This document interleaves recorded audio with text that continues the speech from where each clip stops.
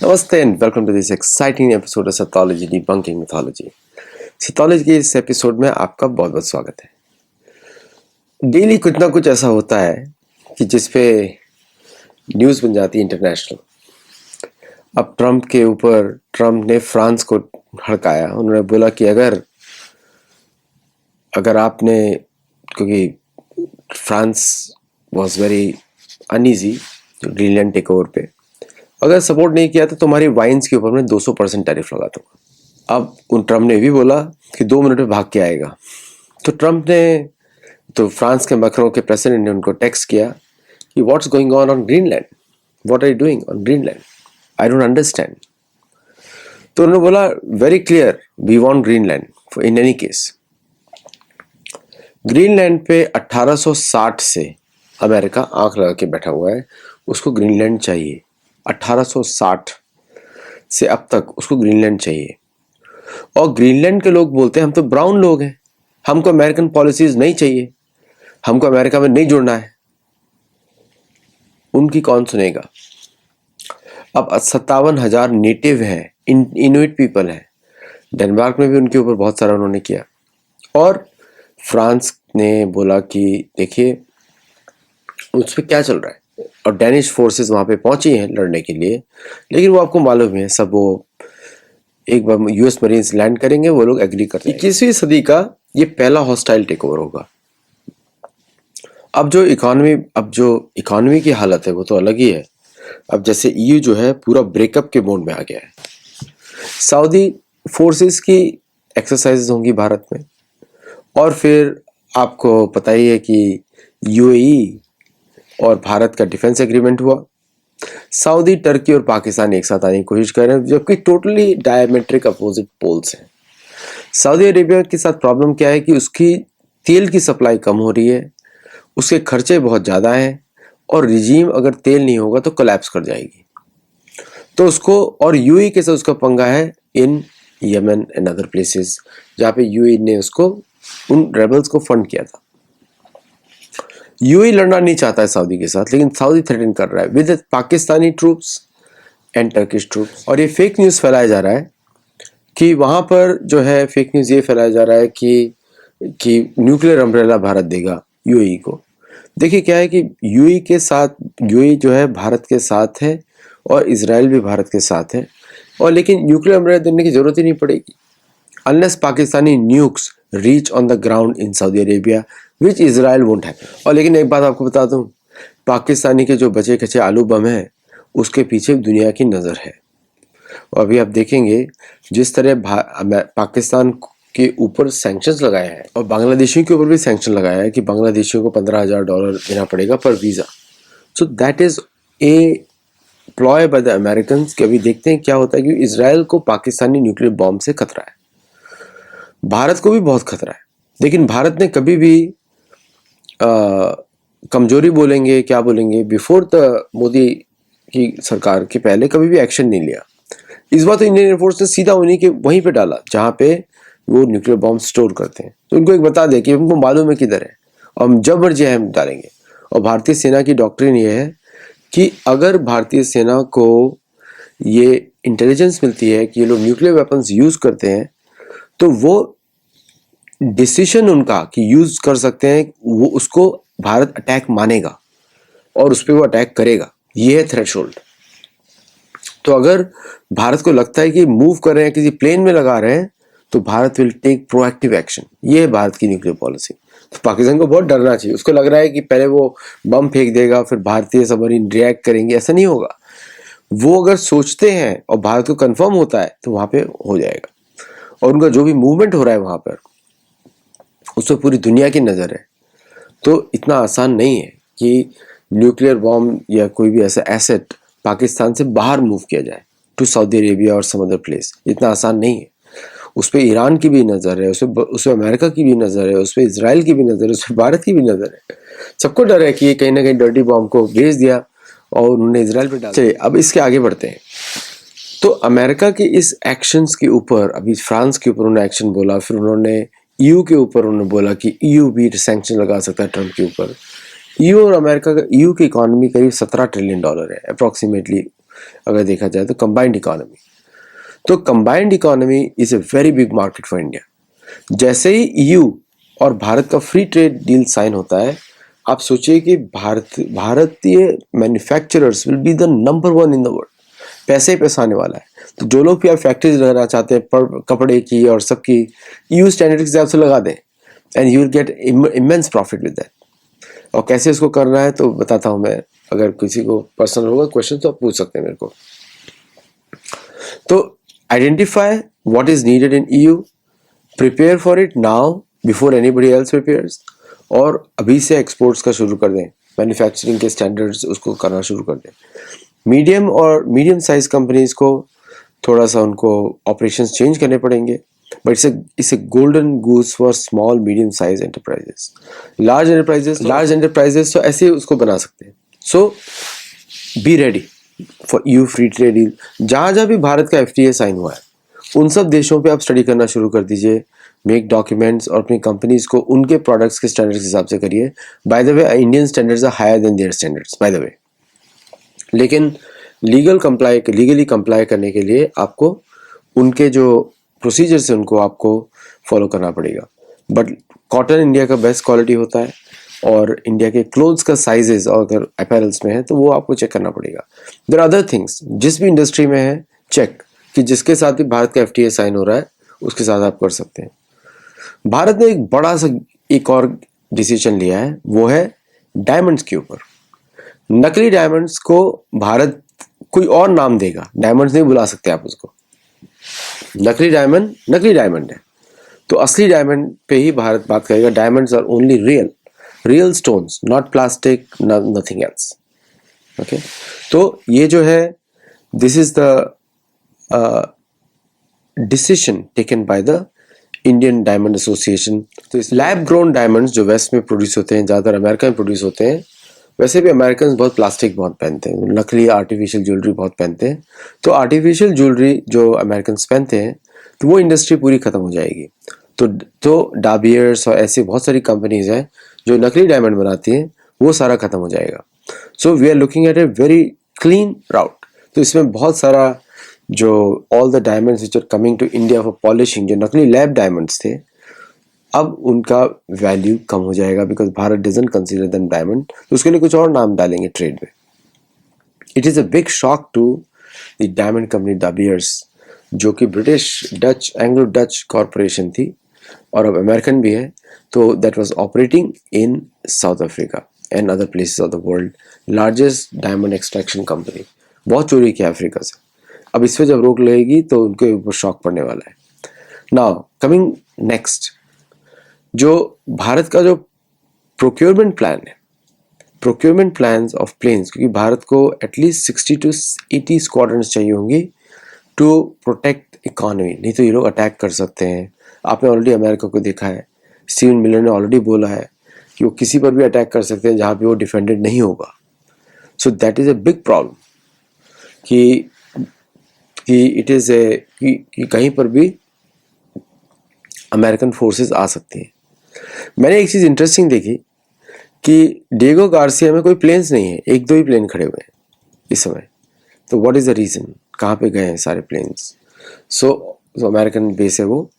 तो there is a worry in the whole world कि अगर अमेरिका कोलैप्स होता है so it will create disruptions.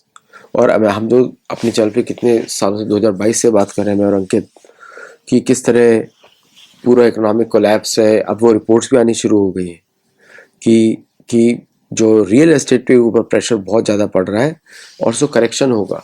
तो many zeros are going to vanish literally. 2026 में हो सकता है, 2027 में होगा। Many zeros are literally going to vanish.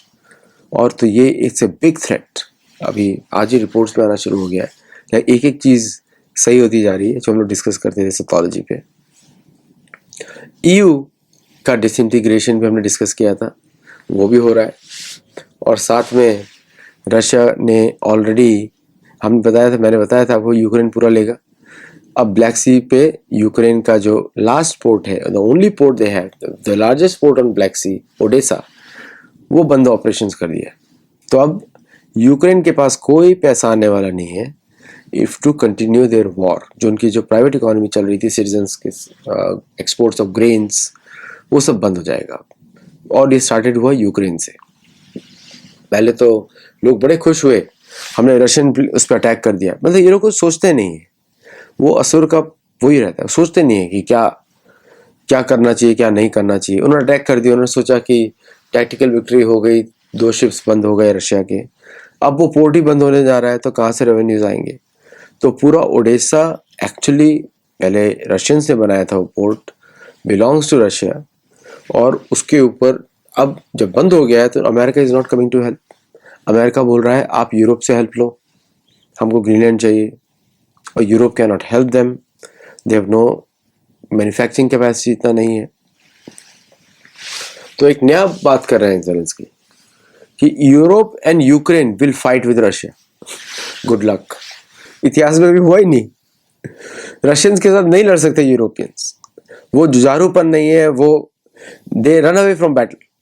देखिए जितना भी यूरोपियन कॉलोनाइजेशन हुआ वो इसलिए हुआ कि लोकल जो इंडिजिनस लोग थे वो डिसऑर्गेनाइज्ड, और ये लोग तो बहुत ही लो स्टैंडर्ड्स हैं इनका लाइफ का, यूरोपियंस का जनरली।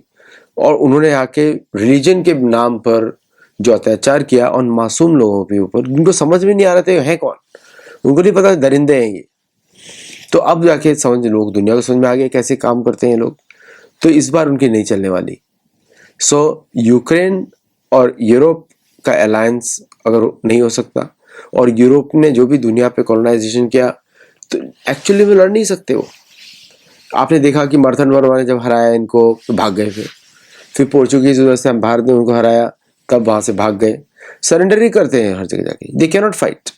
उनके सामने कोई स्टैंडिंग आर्मी आ जाएगी तो डर के भाग जाएंगे। ऑलरेडी यूरोप में वो बोल रहे हैं कि Bharat will take over Europe. वो अच्छी तरीके से हो। अभी जो उन्होंने गंदगी इंपोर्ट की है पूरा वेस्ट एशिया से, अब उस गंदगी पे रिलीजन्स, अभी तो वो रिलीजन्स वाला वो शुरू करेंगे, because their population is declining and they are not getting good population. उनको सारा बैड पॉपुलेशन मिल रहा है and their women are getting exploited. तो इसलिए अब वो भारत की तरफ देख रहे हैं, बट भारत इतना जल्दी नहीं कूदेगा। Bharat will just stick to the trade. आप ट्रेड करिए हमारे साथ and will work on that. देखिए दुनिया की अब जो वो रिजीम चेंजिंग जो पॉलिसीज थी चर्च के थ्रू, धीरे धीरे आप देखेंगे चर्च की फंडिंग ड्राई हो जाएगी पूरी की तरह। अब उसके ऊपर भारत को काम करना पड़ेगा कि जो डेमोग्राफिक सबवर्जन क्रिएट किया जाता है चर्च के नाम पर, जो कि यूरोपियन का बिजनेस मेथोडोलॉजी है, that's how they do business. वो रिलीजन के नाम पे कन्वर्ट करते हैं और फिर उसे अपनी सरकार बनाते हैं, फिर उसमें सारी फेवरेबल यूरोपियन पॉलिसीज डालते हैं और उस कंट्री को नोच डालते हैं जहाँ पे जाते हैं। पूरे साउथ अमेरिका की यही कहानी है, नोच नोच के अभी तक उन्होंने खाली कर दिया है। अफ्रीका की भी यही कहानी है। डेस्मंड टूटू का फेमस स्टेटमेंट है, earlier we had the land they had the Bible, now we have the Bible they have the land. तो अफ्रीका में भी यही काम किया इन लोगों ने, पूरा कॉन्टिनेंट उन्होंने तबाह कर दिया। अब मैं आपको मैक्सिको का लाइव उदाहरण देता हूँ। मैक्सिको में बहुत अपने काम के लिए ट्रैवल करता हूँ, जहाँ भी रिसर्च होती है, तो वहाँ के लोगों से टच में रहता हूँ।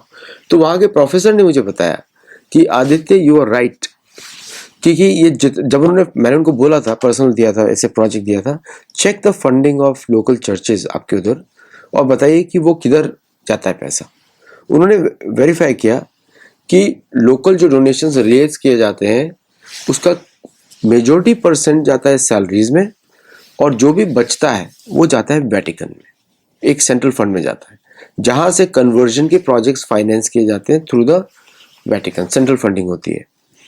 फिर उन्होंने बताया प्लस गवर्नमेंट ने उनको टैक्स फ्री किया हुआ है। तो टैक्स फ्री स्टेटस में, मैक्सिकन गवर्नमेंट की टैक्स फ्री स्टेटस में, whatever money earned is theirs, plus they can get grants from the government.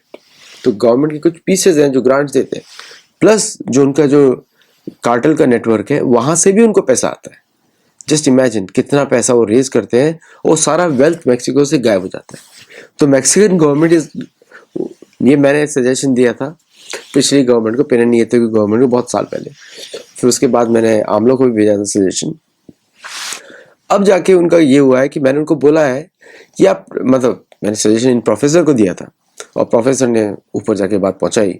तो प्रोफेसर बोलते हैं कि now the government is bringing up a plan कि no church can send money out. मतलब अब वहां पे लगाम लगानी शुरू की, उनको प्रॉब्लम समझ में आई है कि मैक्सिकन गरीबी it's not a small population, 130 million लोग हैं, महाराष्ट्र की जितनी पॉपुलेशन है और महाराष्ट्र की 3 गुना ज़्यादा लैंड है, तो उसमें इतना ज़्यादा एक्सप्लॉयटेशन, द मनी डिसअपियरिंग, और वो सब मनी जा रहा है कहीं और. So that is a big problem for them. So now they are going to put taxes on the sources और बाहर ले जाने से मना करेंगे. और तो ये सेम चीज़ भारत में भी हो रही होगी, मुझे पता नहीं है, लेकिन आप लोग वेरीफाई कर सकते हैं. अगर ये हो रहा है तो उसको आप गवर्नमेंट को बता सकते हैं कि भाई ये चर्च जो है वापस पैसा भेज रहा है बाहर, या इस चर्च को फंडिंग फॉरेन से आ रही है, वो तो गवर्नमेंट ट्रैक करती है, FCRA के अंडर भारतीय गवर्नमेंट करती है. बट आप वो चेक कर सकते हैं कि फंडिंग के सोर्सेज क्या क्या है हर एंटिटी के. आपको कहीं भी क्लैरिटी नहीं दिखाई देगी कि बिटवीन द स्टेट गवर्नमेंट और सेंट्रल गवर्नमेंट के बीच में जो कम्युनिकेशन स्टैंडर्ड्स हैं उसके लूप होल्स में ये एक्ट करते हैं हर जगह. कि किस तरह, इसी तरह मुसलमानों के ऑर्गेनाइजेशन है, मस्जिद जहाँ सऊदी अरेबिया से फंडिंग आता था, अभी वो सब ड्राई हो जाएगा, तेल ही नहीं बचा वहाँ पे. तो अभी इन लोगों को बोलना पड़ेगा, भाई तुम रमेश चाचा रमेश काका जो बनना चाहते हो बन जाओ भी, सही है, क्योंकि कोई भी मुसलमान देश जो है मुसलमान रहने वाला नहीं है थोड़े दिनों में. सऊदी अरेबिया में भी जुडाइज्म घुसने वाला है बड़े तरीके से. तो लॉट ऑफ चेंजेस हैपनिंग. और अमेरिकन जो क्राइसिस जो दिखता है वो उसमें अमेरिका की रेपुटेशन भी खराब होगी और अमेरिका का बिजनेस क्लाइमेट भी खराब होगा. और इसी को प्रोटेक्ट करने के लिए पूरे अमेरिका में राइट पुलिस लगाई जा रही है हर जगह. और ये तो मालूम ही था हम लोगों को, कॉलोनीज अपने आप को सस्टेन नहीं कर सकते. तो जो लॉजिक अमेरिका ने यूज किया डेनमार्क के ऊपर कि आप तो 500 साल वोट क्या देते, कोई अमेरिका के ऊपर यूज करेगा. बोलेगा भाई आप तो 500 साल पहले वोट पे आए थे, जिस समय वो लोग गए थे डेनमार्क पे आप भी इधर आए थे वोट पे.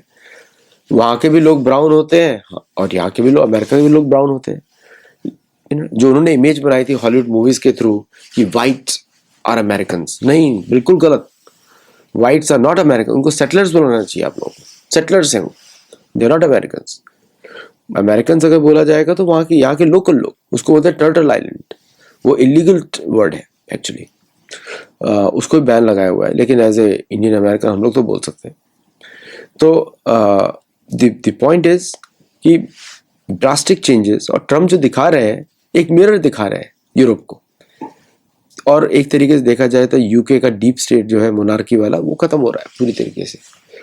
अगर ट्रम्प ने ऑलरेडी बोल दिया है अब कनाडा का नंबर है, मैंने आपको पहले बता दिया था कनाडा का नंबर है, फिर मैक्सिको का नंबर आएगा. मैक्सिको अभी चुप हो गया है क्योंकि मैक्सिको अलाउ कर रहा है अमेरिका कुछ भी करने के लिए. अपनी सरकार को उन्होंने बोल दिया है कि भाई जो भी अटैक करेंगे आप करने दो, इनको बोलो मत कुछ भी, है ना. और तो लेकिन कनाडा का तो नेक्स्ट नंबर है क्योंकि कनाडा को ऑलरेडी अमेरिकन बोल रहे हैं कि इन्होंने चाइनीज के साथ टाइप किया, ट्रेड डील करी. But as a sovereign nation Canada can do it. और उसके बचाव के लिए हमें यूके आएगा. और आपको क्या लगता है कि यूके के पास सीक्रेट की नहीं होगी F-35 की? बिल्कुल होगी. सॉफ्टवेयर तो उसी ने बनाया है. Software of F-35 is made by them. The only program which is not shared with anybody is F-22, and which is the best 5th generation fighter in the world. ऐसा लोग बोलते हैं, मैं तो पायलट नहीं हूँ, but on theoretical on paper it is supposed to be the best. उसके बाद दूसरा नंबर आता है Su-57 का. by the way 57 is very close to close to F-22. चलिए ये इसका हुआ. अब एक बार हम बात करते हैं A.R. रहमान के बारे में भी. ये विक्टिमहुड जो माइंडसेट है वो कभी ख़त्म नहीं होता. वो पहले दिलीप था, फिर 23 साल की उम्र में वो कन्वर्ट हुआ और फिर उसके अब वो बोलता है कि उसको काम नहीं मिल रहा है. अरे क्यों मिलेगा? क्योंकि ये लोग हिंदुओं को कन्वर्ट करने के लिए कुछ रूहानी, पता नहीं किस तरह का, मतलब इनका म्यूज़िक ही पसंद नहीं आता है. ऐसा लगता है कि भयानक म्यूज़िक है, means it's a haunted music चढ़ा हुआ है उसके ऊपर. एनीवे अब कंप्लेन कर रहे हैं कि हमारे को काम नहीं मिल रहा है जब से गवर्नमेंट आई है. तो क्या हिंदू, उसके पहले आप हिंदुओं को जब आप कुछ भी नहीं समझते थे, उनको नालायक समझते थे और फिर उनको बोलते थे ब्राह्मण इज एनिमी. ये सबको एक ही लॉजिक होता है, ब्राह्मण इज एन एनिमी. क्योंकि इसे सिखाया गया है, क्योंकि ब्राह्मण जो है हिंदुओं को बचाते हैं, वर्णाश्रम को बचाते हैं. ब्राह्मणों की तो रक्षा की जाती है. ब्राह्मणों के पास पैसा भी नहीं होता है, उनकी रक्षा की जाती है, उनको प्रोटेक्ट किया जाता है ताकि वो समाज में धर्म का प्रचार करें। और वही लोग स्ट्रेटेजी बनाते हैं, वही लोग एनालिसिस करते हैं। वो तो संसार का नियम है, जिसकी इंद्रियों पे संयम होगा वही करेगा। तो और ब्राह्मण जो है कर्म के आधार पे पहचाना जाता है। तो अब इस पे जो एंटी ब्राह्मण या एंटी विक्टिमहुड, ये जो विक्टिमहुड की बातें करते हैं, उसमें मेरा बस एक सरल जवाब है कि जब आपको काम मिल रहा था तब तो आपने सिर्फ मुसलमानों की बात करी और हिंदू आपको पैसा देते हैं। तो अब जब हिंदू बोल रहे हैं कि भाई तुम्हारा म्यूजिक अच्छा नहीं लगता, हम लोगों को बोर हो गया है, एक ही चीज रूहानी पता नहीं क्या हॉन्टेड म्यूजिक आप बनाते हो। अभी बाकी अच्छे म्यूजिशियन आ गए हैं जो भारतीय हैं। तो आप अगर आपको भारत पसंद नहीं है तो आप कहीं और से कमा लो। बिलीव मी, इनको एक भी कॉन्ट्रैक्ट नहीं मिलेगा अमेरिका में। वो मिलेगा भी तो बहुत ही कम पैसे में मिलेगा, बिकॉज अमेरिकन या कोई भी अदर कंट्री अपने लोगों को ज़्यादा पैसा देगा, इनका म्यूजिक नहीं चलने वाला वहाँ। तो ये सब डीकोलोनाइजेशन का एक पाथ है और वो हो रहा है अमेरिकन कोलैप्स से। और आपको लगता है कि अमेरिकन कोलैप्स पीसफुल होगा? बिल्कुल नहीं, वायलेंट होगा।